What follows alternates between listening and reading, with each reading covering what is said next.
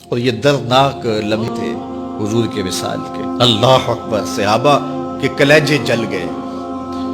حضرت عمر نے ہاتھ میں تلوار پکڑی اور ایسے کھڑے ہو گئے اور ایسے لہراتے تھے تلوار، اور کہتے تھے خبردار کسی نے کہا حضور کا انتقال ہو گیا میں گردن اتار دوں گا۔ کوئی وصال نہیں ہوا حضور کا، حضور تھوڑی دیر بعد اپنی حالت پہ آ جائیں گے۔ یہ سکتے کی کیفیت ہے۔ حضرت زید بن عبداللہ کے بیٹے نے جا کے کہا ابا جی حضور کا انتقال ہو گیا، تو انہوں نے باغ میں پانی دے رہے تھے، سب کام چھوڑ دیا، ہاتھ اٹھائے گا اللہم اذہب بصری حتی لا ارا بعد حبیبی محمد احدا، اے اللہ مجھے اندھا کر دے، آنکھوں کے دیے اس لیے روشن تھے کہ تیرے محبوب کو دیکھوں، جب حضور چلے گئے ہیں تو میں نے یہ چراغ کیا کرنے ہیں، بجھا دے ان چراغوں کو۔ تو کیا کیفیت تھی۔ حضرت فاطمہ بول رہی ہیں میرے اوپر وہ مصیبتیں ٹوٹی ہیں، اگر یہ دنوں پہ ٹوٹ پڑتی تو دن کالی راتیں بن جاتے۔ تو تھوڑی خبر تھی حضور کا وصال۔ اچھا، جب یہ کیفیت تھی صحابہ کی اس نازک موقع پہ، چونکہ منافق اندر ہی ہوتے ہیں، تو منافقوں نے ایک کھیل کھیلا، وہ صحابہ میں پھیل گئے اور کہنے لگے واہ واہ حضور کے دم سے رونقیں تھیں، مسجدیں آباد تھیں، سجدے تھے، قرآن کی تلاوت تھی، اب کس نے نماز پڑھنی ہے میاں، اب کس نے روزہ رکھنا ہے، اب کس نے زکوٰۃ دینی ہے، اب کس نے حج کرنا ہے، ختم کہانی ختم کہانی، یہ بات کرنی شروع کر دی۔ اب یہ بڑی نازک صورتحال، تو کیا حضرت ابو بکر کا کلیجہ نہیں جل رہا تھا؟ لیکن اس موقع پہ حضرت ابو بکر کھڑے ہوئے، اور پھر حضرت ابو بکر صدیق نے لوگوں سے مخاطب ہو کہا لوگوں مجھے ایک بات بتاؤ کہ تم اللہ کی عبادت کرتے تھے یا حضور کی کرتے تھے؟ لوگوں نے کہا کہ اللہ کی۔ تو کہا کہ کیا حضور کے وصال کے بعد تم اللہ کی عبادت چھوڑ دو گے؟ کہا نہیں۔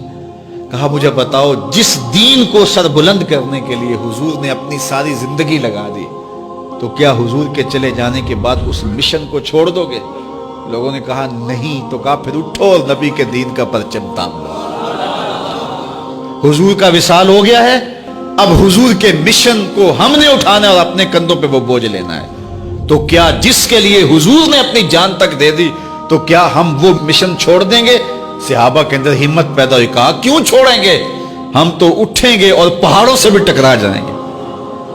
تو یہ وہ موقع تھا جس موقع کو سنبھالا حضرت ابو بکر نے۔ منافق تو چال چل گئے تھے، صحابہ پر صدموں کے پہاڑ ٹوٹ رہے تھے، ساری ذریت اسلام ساری زندگی جو ہے وہ تعریفیں کرتی رہے، مدح و ستائش کرتی رہے، ابو بکر صدیق کا یہ حق نہیں ادا ہو سکتا۔ یہ احسان کیا ہے امت کے اوپر حضرت ابو بکر صدیق نے۔ ایک خاتون آئی اور اس نے حضور سے کوئی مسئلہ پوچھا، تو آقا کریم نے فرمایا پھر آ جانا۔